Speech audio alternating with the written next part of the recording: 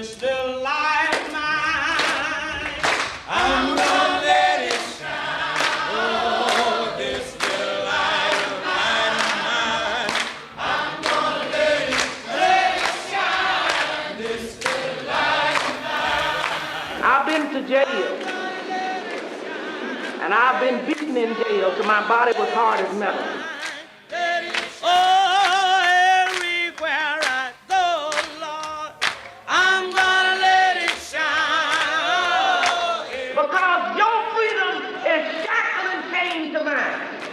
And until I'm free, you are not free either.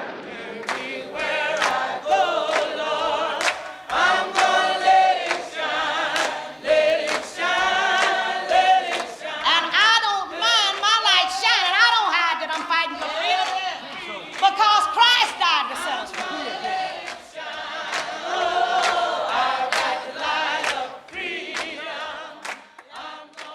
Fannie Lou Hamer, born 1917, died 1977. She lived her whole life in Mississippi, specifically Mississippi Delta, the northwest corner of Mississippi. She was born a sharecropper. She died a civil rights hero, an American hero. I think you can call her a Christian hero. I had never heard of Fannie Lou Hamer until earlier this summer when I came across her on a podcast by a guy named Jamar Tisby. And when I heard about her, I started reading book after book after book. And the more I read, the more I learned. And the more I just thought I wanted to share that with you, share her life with you this morning, because I think the story of her life can propel us to greater faithfulness to Jesus. For the last 8 years, I think, on Sunday of Labor Day weekend, I've preached what I call a biographical sermon, where we look at someone in history and tell their story to see what we can learn from it and take away to apply to our life. Now, I tell you that to let you know that this is a weird Sunday. It's not how we usually do things here. And if you hate it, don't worry. Just come back next week, and Dave will kick off our fall sermon series. But let me set it up with this.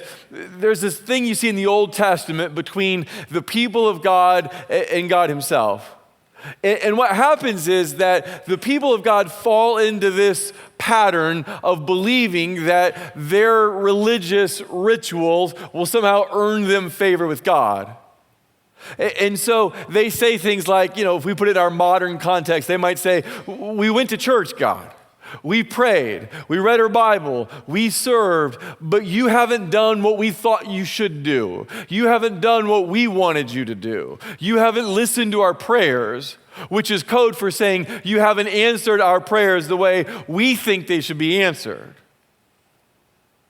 In the 58th chapter of Isaiah, that same kind of thing is happening. They're recounting all they've done. They're saying, we even fasted, Lord. But you didn't do what we expected, what we wanted. And God says this back to him in verse 6, Isaiah 58, verse 6.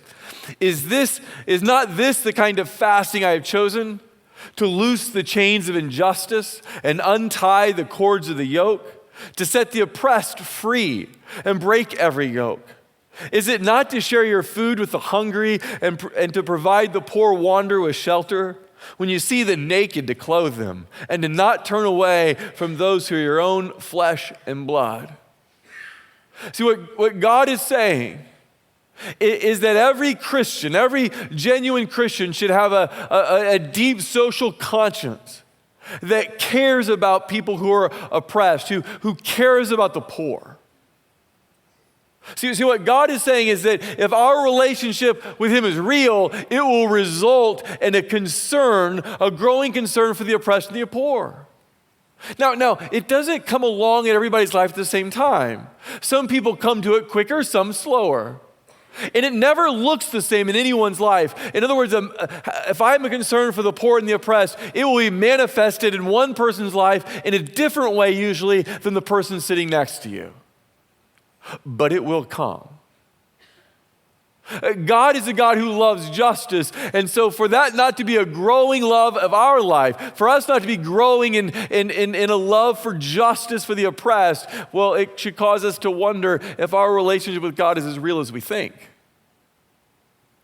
So this morning, I want to share the life of Fannie Lou Hamer in 3 stories. But before we can get to those stories, I need to set the scene for you in which she lived. There are over 4,000 documented lynchings of African Americans that took place in our country between 1877 and the early 1950s, say 1952, which is the beginning or the dawn of what we would call the modern civil rights movement.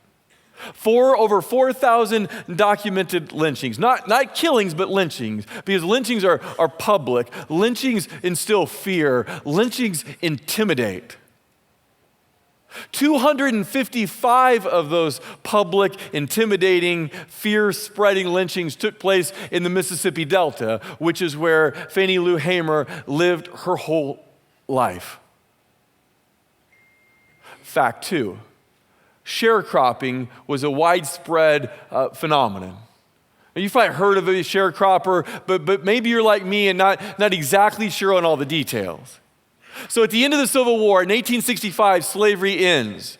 And now people, primarily in the South, have got to figure out what are they going to do to kind of keep their product, their cotton, their farms, their plantations going since their free labor has been removed. And so their answer is sharecropping. And the way sharecropping worked is that a tenant was given a portion of land by the landowner to farm. And in return for that land, they were to pay back about 50%, usually 50% of their crop to the landowner. But there's more to it than that. You see, the landowner is the one who got to determine the crop, who got to determine what scales we would use, often dishonest scales, who got to keep the books. So that when the person who had farmed all the land, who'd done all the back-breaking work in the field, brought their crop in at the end of the year to settle up with the landowner, it turned out that they never made much money. By the way, they had to buy all their animals, all their tools, all their seed, all their fertilizer, everything from the landowner. In fact, oftentimes they weren't paid in cash, but in coupons that could only be redeemed at the landowner's store, where exorbitantly high interest rates were charged. So they never made any money, and therefore they had to borrow money from the landowner to make it through the winter and to buy seed for the next year, which means they were always continually in debt. It was a system they were locked in. You didn't speak out against it, because if you did, you'd find yourself roughed up. You'd find yourself maybe lynched. Who are you going to complain to? Who are you going to protest to? Was sharecropping slavery? No. Was it systemic legal oppression? Yes. That's the world Fannie Lou Hamer lived most of her life. A sharecropper in an era in which 4,000 African Americans were lynched. Story number 1. It's August of 1962. It's not that long ago. 5 years before I was born. Fannie Lou Hamer attends a civil rights meeting at Williams Chapel in Ruleville, Mississippi, in the Mississippi Delta. There were 2 civil rights organizations in the Delta that summer trying to register black people to vote. See, the Delta was in the heart of the South. It was the heart of segregation. And so they believed that if they could get black people to register to vote in the Delta, the whole state of Mississippi would take notice. And more than that, maybe the whole country would take notice. And so there that evening in the Williams Chapel was James Bevel preaching. He was one of Dr. King's associate preachers, and he preached a short sermon on Matthew 16. And then he came to a point where he said this. He said, "How can we not recognize that the hour has arrived for black men and women to claim what is rightfully their own, the right to vote?" Bevel's words stirred Mrs. Hamer. She was 44 years old. She'd always been a sharecropper, lived her whole life on the land of a guy named B.D. Marlowe. She was the youngest of 20 children. Her whole family worked out in the fields for Mr. Marlowe. They never made enough money to live on. They were always broke. She remembers the time she started to pick cotton. It was when she was 6 years old. She was standing outside by the road playing when Mr. Marlowe drove by. He asked, you pick cotton? She said, I don't know. And he said, oh, I bet you can. And he started listing all the things from the commissary store on his land that he would give her if she picked for him cotton that week. She said she remembered saying Cracker Jacks and sardines, things that he knew that she would love. And so she went out and she picked 30 pounds of cotton.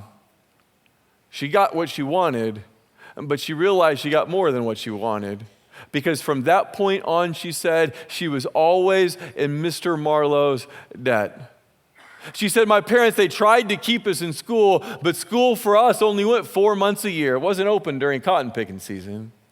And we didn't have any clothes to wear anyway. So now we're back at that church meeting where James Bevel has issued a call for people to go to register to vote. Fannie Lou Hamer said this. She said, when they asked for those to raise their hand, who'd go down to the courthouse the next day, I raised mine as high as it could. I guess if I'd have had any sense, I'd have been a little scared. But what was the point of being scared? What were they going to do? Kill me? She said they'd been trying to do that to her a little bit at a time for as long as she could remember. She had heard the call of Jesus, a call to sacrifice, but also the call that had a promise of freedom. Now, some historians have tried to say that these civil rights meetings in the churches, that they were more like 12-step programs, kind of social encouragement. But that would be to misunderstand Mrs. Hamer. That would be to misunderstand what actually happened. For all of her work, her life was rooted in her serious devotion to Jesus.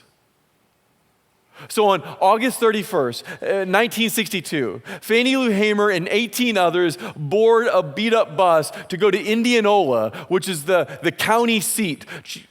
They were going to go there to register to vote. But when the bus gets there, the reality of what's happening sets in, and nobody gets off. One guy who was there said, we were all too scared to get off, but then this stocky older woman, she got off and she marched right up to the courthouse, went inside, walked into the circuit clerk's office, and said, we're here to register to vote. Everybody had followed Fannie Lou Hamer off that bus and into the clerk's office. The clerk said that everybody had to leave except two people, Mrs. Hamer and a young man named Ernest Davis that remained that could fill out the application. So here's what had to happen. First came the literacy test, and they were given 21 questions they had to answer. Some were as straightforward as what's your name or what's today's date. But if there was anything wrong, a comma misplaced, their registration form would be rejected. But the questions got harder. Who do you work for? Well, you know what's going to happen. If I tell you who I work for, then my employer is going to know before I get home and I'm going to be out of a job. But just in case, just to make sure, they took all the people who registered to vote and printed their name in the local paper. But it gets harder. Where do you live? See, you know what? The answer to that question is going to be in the Klan's hands before the end of the day. Before you get to work, your employer is going to know. Before you get home, the Klan's going to know where you lived. And then if you're bold enough to answer those questions, they hand you a portion of the Mississippi State Constitution and tell you to give a reasonable interpretation. Reasonable according to the circuit clerk's judgment. Mrs. Hamer was handed a section of the Constitution that talked about de facto laws. She said, I didn't even know they had a Constitution until I was 44 years old and showed up in that office. And she said, I know as much about de facto laws as a horse knows about Christmas Day. But see, that's the whole point, is that none of this had to do with getting questions right. See, this was all about keeping black people from voting. Because white people didn't go through the literacy test. White people weren't forced to interpret the Constitution.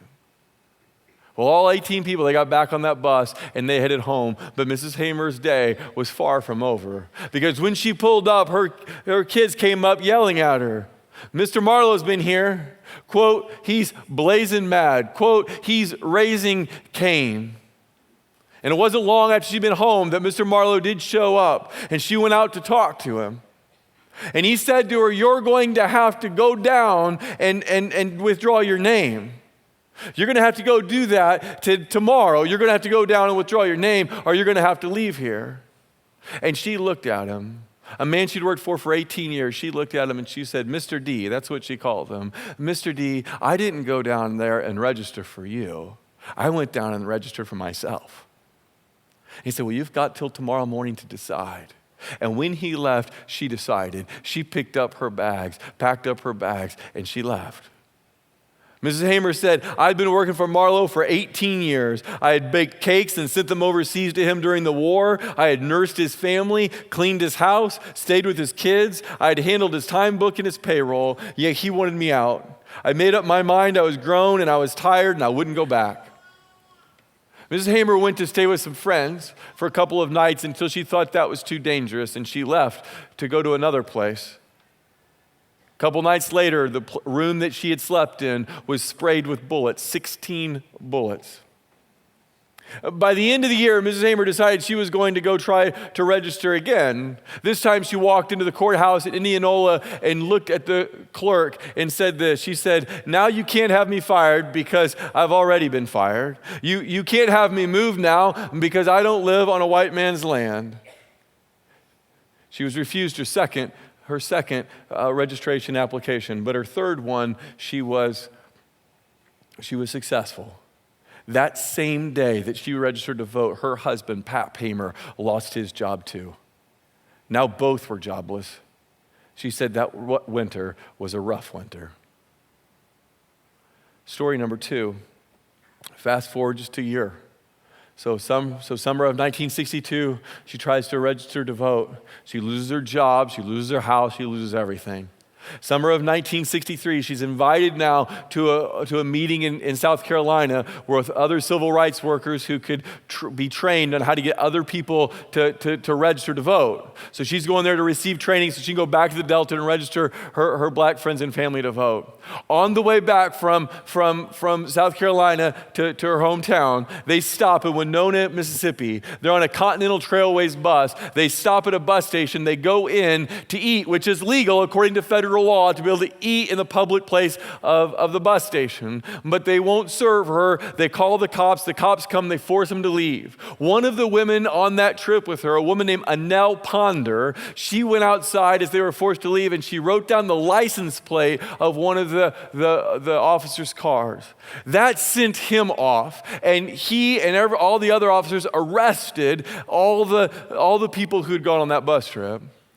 Mrs. Hamer, they carried us out to the county jail. It wasn't the city jail, but the county jail, so we could be far enough out. They didn't care how loud we hollered. Wasn't nobody going to hear us? And then the beatings began. First was Annelle Ponder, the woman who'd written down the license plate. Mrs. Hamer couldn't see, but she could hear because it was done in earshot of all the other prisoners. And as they beat her, they insisted that she say, yes, sir, to them, but she refused. Instead, she asked God to have mercy on them, to forgive them, for they did not know what they were doing. When Annelle Ponder walked by Mrs. Hamer's cell, she said that her eyes, quote, looked like blood and her mouth was swollen. Her clothes were torn. It was horrifying. Next up was June Johnson, a 15-year-old girl who had begged her mom to be allowed to go on this trip to learn how to register voters. She too was beaten. She walked by Mrs. Hamer's cell and she said, she passed my cell and blood was running down her face. But everybody there that night agrees that Mrs. Hamer got the worst of it. See, then next they walked into her cell and they said, get up, fatso. When they found out she was the Fannie Lou Hamer who had been causing such problems in the Delta, well, she said they thought of every insult they could, but mostly said to her, you're going to wish you were dead before this night's over. So they brought in two black men who were inmates at that jail to carry out their torture. She looked at those black men, Fannie Lou Hamer did, and said, you're going to do this to me? But the officers told those two inmates, you'll do this to her or you know what we'll do to you. And so they had her lay face down on a bed, and then they took what she calls a blackjack. It was about 2 or 3 inches wide of leather. It was filled with something heavy, she said. She wasn't sure if it was lead or rocks or exactly what, but they would beat her across her back. When she tried to put her hands back to protect herself, they beat them until they were purple. They beat her leg that was damaged from polio. They beat her and her screams so frustrated, an officer outside the room, that he came in, she said, and started beating the back of her head. They beat her, like you saw in the quote earlier, until she said her body was as hard as metal. And then they told her to get up, and she cried out that she couldn't, and they kept yelling at her to get up until she did. And she went back to her cell where she nursed her wounds, physical and spiritual. She had time to think, sitting in that jail cell after the beating, about the great paradox of white Christians, church people, self-identified Christians. I mean, we don't know them, but that's what they called themselves, who were part of this system that oppressed and damaged and tortured black people. But one woman, white woman, comes into her jail cell. Now, it turns out that it's the jailer's wife, and offers Mrs. Hamer some cold water. And Mrs. Hamer says, "You must be Christian people." And she said, "Well, yes, I am." She said, the white jailer's wife, she said, "I try to please God. I try to follow Jesus. I go to church. I was baptized." And Mrs. Hamer said, "Well, when you get home, would you do me a favor and look up a couple Bible verses for me?" She said, "Why don't you look up one in Proverbs and one in Acts?" And she told her specifically what verses to look up. Now, the jailer's wife, let's pretend for a second that she went home and opened up her Bible to what Mrs. Hamer told her to. What is it that she saw? Well, one was Proverbs 26:26. "Their malice may be concealed by deception, but their wickedness will be exposed in the assembly." See, what Mrs. Hamer through this scripture is doing is say, God is warning you. God is warning you that you can hide me out here in the county jail and you can deny this ever happened. But eventually, it will come to light, and eventually, it'll be made known, even if only by God himself. And the other was Acts 17:26. "From one man, he made all the nations, that they should inhabit the whole earth, and he marked out their appointed times in history and the boundaries of their land." See, Mrs. Hamer told her to go look up Acts 17:26 because it showed what God had already taught all the way back in Genesis at the beginning, that every human being is made in the image of God. Every human being is worthy of dignity, value, respect before God, before us, before the law.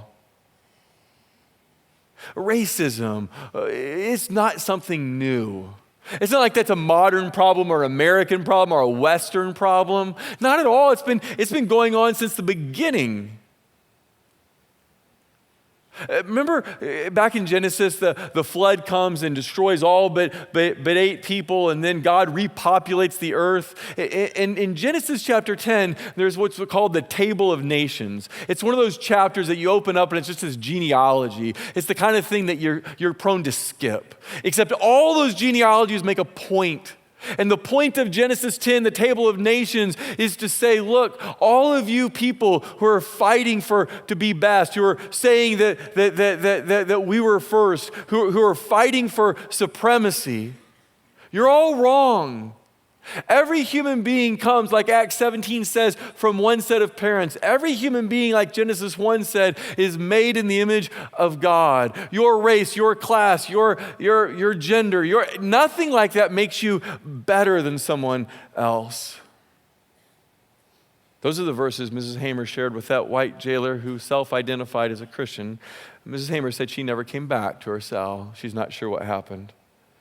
Later, Mrs. Hamer was escorted out by the jailer himself. She was going to be leaving the jail, and she looked at him and she said, "Do you people ever think or wonder how you'll feel when the time comes for you to meet God?" And the jailer's response was full of embarrassment. He said, "Who are you talking about?" Mrs. Hamer knew well who she was talking about. She looked at him and said, "I hit with the truth, and the truth hurts." Now, Mrs. Hamer, she was kind of an earthy person, someone that didn't mind kind of mixing it up. And so maybe this comment offends you, it doesn't me. But she said, if them crackers in Winona thought they discouraged me from fighting, I guess they found out different. I'm going to stay in Mississippi, and if they shoot me down, I'll be buried here. Later on, she said this. She said, I'm never sure anymore when I leave home whether I'll come back or not. Sometimes it feels like to tell the truth is to run the risk of being killed. But if I fall, I will fall 5 feet 4 inches forward in the fight for freedom. I'm not backing off. In the face of massive white resistance, black people had to come to grips with the reality that just being good Christians wasn't going to be enough. Mrs. Hamer explains how many of what she calls the Negro people, they thought that there was this sense that if they could just stand for Christ, if they could live out their faith, that the white people would empower, would compromise, would come around to seeing things as they really were, that justice would come. But she said if that were true, then Mississippi should be the most godly place in the world, because she said 90% of the Negroes that she knew were in church every Sunday their whole life. See, it was time where Christian love had to shape real, practical solutions, where it took more than just being a Christian, but it took fighting and pursuing justice. Mrs. Hamer, quote, Christianity is being concerned about others, not spending your money on yourselves while people are starving right around the corner. Continued her quoting, Christ was a revolutionary person. He was out there where it was happening. That's what God's all about. That's where I get my strength. Story number 3. Fast forward just a year further. So now we're in the summer of 1964, and 1964 is an election year. The Mississippi Democrats would not allow black people to vote to see who got to be a part of the Mississippi delegation that would go to the Democratic Party National Convention, which that year was being held in Atlantic City. So the Mississippi Democratic Party allows only white people to vote. Guess what? Only white people got to be a delegate, and they went to represent the party in Atlantic City. So Mrs. Hamer, along with others, said they were going to come up with a parallel delegation. They had a mixed race delegation, mostly black, but some white people. Mrs. Hamer was the vice chair of it, and they went to Atlantic City, and they said to the Democratic Party, you need to let us be the delegation from Mississippi. Now, I don't want to bore you with how party procedures work, but catch this. There's a credentials committee, and the credentials committee is the one who decides who represents each state, who gets to be seated as the delegates of Mississippi in this case. There's 50 people a part of it. They have to get 11. They don't think they're going to get 25. They have to get 11 votes. If they can get 11 votes, it'll be forced to the floor of the national convention. It'll be forced into public. States will have to go on record about who they support. President Johnson, Lyndon Baines Johnson, LBJ, he's not going to have that. He's not going to allow this race issue to go to the floor of the convention because he's afraid that if his convention gets identified with civil rights, that his candidacy will lose the Southern vote. So he's got to squash this. Well, here comes the Credentials Committee. They're out there and they're having testimony about this question of who's going to represent Mississippi. And they have all these distinguished speakers that come and sit at a table. It's being broadcast by all the networks. It's on national television. Dr. King even comes, and he, with all of his eloquence and power, speaks before the Credentials Committee on behalf of the Mississippi Freedom Democrats. LBJ, he's not scared of Dr. King. Come and go, it's fine. But then comes out the vice chair. Then comes out Fannie Lou Hamer. She's going to testify, and she sat at that desk in front of the Credentials Committee on live television, and she told the story about how she was beaten in the Winona jail for trying to get people to register to vote. And LBJ is scared to death. Not scared of Dr. King, but scared to death of Fannie Lou Hamer. Why? Because she's raw, she's powerful, she's been a sharecropper. Remember, she's 5'4", falling forward for justice, and she's not backing down. So LBJ panics, and he calls a press conference, an impromptu, hey, we're going to have a press conference. All the networks think he might be announcing his vice presidential candidate, so they all cut away to see this LBJ press conference. They just called at the last second to get the cameras off of Fannie Lou Hamer. He comes out and says, well, it's been 9 months since President Kennedy and John Connally, the governor of Texas, were shot. That's it. And he goes back in. A 9-month anniversary. What? Well, the networks realized they'd been tricked. And so they took the Fannie Lou Hamer testimony and they replayed it that night. But LBJ's still got to squash this. What's he going to do? So he sends a delegation to meet with Fannie Lou Hamer and the leaders. Here's who he sends. He sends Walter Mondale, who will not too long in the future be a vice president of the United States. He sends J. Edgar Hoover, the FBI director. And he sends Senator Hubert Humphrey, senator from Minnesota, who had cared a lot about civil rights and who desperately wanted to be the vice president under Johnson. That's the delegation he sends to meet with Mrs. Hamer, a woman who's been a sharecropper, a woman who never got out of 6th grade. And so Hubert Humphrey had a track record of being for civil rights, and Mrs. Hamer saw tears in his eyes as they talked, and she said, look, if you want this job so bad, it's going to keep you. It's going to make you sell your soul and keep you from doing all the good things you've said you want to do. But the meeting keeps going, and they keep pressuring them to take a compromise. But remember, Mrs. Hamer is not backing down. And so she looks at Hubert Humphrey, and she says this super powerful guy.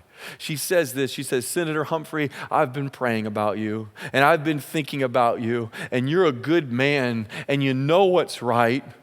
The trouble is you're afraid to do what you know is right. She says, you just want this job as vice president. I know a lot of people who lost their jobs, and God will take care of you, Mr. Humphrey, if you lose out on this job. Mr. Humphrey, looking him eyeball to eyeball, she says, Mr. Humphrey, do you mean to tell me that this position is more important to you than 400,000 black people's lives? Mr. Humphrey, I'm going to pray for you again. She wasn't invited back to any more meetings. Civil Rights Act passed 1964. Voting Rights Act passed in 1965. The first time a black person in the South could be confident that they could go to the polls and vote without harassment and that their vote would count. That was 52 years ago. Mrs. Hamer died of complications from hypertension and breast cancer in 1977. She was 59 years old. She was buried in Ruleville, Mississippi. Her funeral was attended by many, by over 1,500 in just one of the locations in the local high school. Andrew Young, who was a black man and the United Nations ambassador, came to deliver the eulogy. Now, Mrs. Hamer was known in her life for her songs that she sang. When people got discouraged, she would sing. When they were afraid, she would sing. When she lost hope, she would sing. She sang all kinds of gospel songs, but her favorite song was This Little Light of Mine. This little light of mine is how she gave herself and the other people she lived with courage in the midst of fear. And so Andrew Young, when he finished the eulogy, he led all the people in attendance in that song. This little light of mine, I'm going to let it shine. She was buried at this place in Ruleville, Mississippi. This is her gravestone here. And I don't know how well you can see it, but it's one of the quotes that she is famous for. I am sick and tired of being sick and tired. So what can we learn? What can we take from this and apply to our life? We don't have long, so we're going to go quick. How about this one? Let's start here. This is not that long ago. We kind of have this idea, well, once upon a time, the United States had this race problem, but man, that's a long time ago. We're not anymore. 52 years ago? Many of you sitting in this room were alive during this time. I said already a few years before I was born. For sure your parents were alive and remember it well. This is not some long ago time in the history books. What about this one? Why do we think racism is going to pass away? Like I heard after the Charlottesville episode a few weeks ago, I heard people all over the news going, it's 2017. You would think we'd be beyond this. It's 2017. What are we still struggling with these same issues of the Klan marching in Charlottesville? Now, that's how the secular mind works. The secular mind, the mind apart from God, thinks of something like white supremacy or the sin of racism as something that will just fade away over time. It's like, well, it's 2017. Why do you ride a horse and buggy? Or it's 2017. Why are you listening to cassette tapes? You know, it's like the progress should just keep marching on, and we'll get better and better. Like medicine's better, everything's better now, right? But that's how the secular mind thinks. It's not how the Christian mind thinks. Because the Christian mind knows that the racism and white supremacy are sins of the heart. So we never say, it's 2017. Shouldn't pride have been gone? It's 2017. How can we still have anger around here? It's 2017. Why is gossip still an issue? We should be past that. We don't say that. Why? Because we recognize that those are sins of the heart. And so is white supremacy, and so is racism. And so with sins, they don't just fade away as time goes by. No, sins have to be repented of. They have to be confessed, repented, turned away from, fought over. We must be killing sin, or sin will be killing us. Okay, got to keep going. Systemic racism. There were lots of good people, Christian or not, who were not racist in the South or the North or anywhere. But don't you see, it's the system that was set up against them. There was systemic structural racism, so that even if individuals were not in and of themselves participating in it or supporting in it, the system was still oppressing. And therefore, sometimes Christians have to get involved in fighting the system to bring justice. I know you're thinking, because I've heard it, I've said it myself, well, but laws can't change hearts. Well, right. We hope every heart is changed. That is a goal. And laws cannot change hearts. But I love what Dr. King said when they said that to him. He said, yes, laws may not make a man love me, but they can keep him from lynching me. And that's a start. We're going to have to fight for justice. It is not a social issue. Justice is not a social issue. It is a gospel issue. Justice is not a Democrat, Republican, conservative, liberal, libertarian, progressive. It is not a political issue. But see, what happens is we let it become one because our culture wants to make everything about politics, and we let God's justice become a political issue, and then we say, oh, the church can't talk about that because that's politics. No. You don't get to decide what the church can and can't talk about. The church will talk about all the things that God cares about, and God cares about justice. God cares about justice for the oppressed and for the poor. He cares about a lot of things, and we're going to speak to it, not as Republicans, not as Democrats, not as conservatives, liberals, but as Christians. It is not a political issue. We will not let that happen. God used a very ordinary person, a woman who was born a sharecropper, a woman who was never out of the 6th grade. He used a person, a very ordinary person, because the most powerful person in the world is the person who has yielded to God. What might God want to do through you, your ordinary life, your ordinary circumstances, to bring justice? Are you yielded to Him? Music team's coming back. And so we'll end our time together this morning with where I think all this ends eventually anyway. Revelation chapter 7 says this, after this I looked, and there before me was a great multitude that no one could count, from every nation, tribe, people, and language, standing before the throne and before the Lamb. They were wearing white robes and were holding palm branches in their hands. See, this is how it ends. It ends with people of all colors, people of all races, people of all backgrounds, people of all nationalities and languages, arm in arm, hand in hand, worshiping a common Savior. By grace, saved from our sin, worshiping our Lord. So if that's where it ends, if that is heaven, then how come we can't bring a little bit of heaven here? How come we can't fast forward and bring a little bit of thy kingdom come, thy will be done, so that God's will is done, not just in heaven, but even as Jesus prayed here on earth, in our church, in our community, in our lives? Can't we show the world that our light will shine, that what we have in common in Jesus is far greater than anything that can divide us? Amen.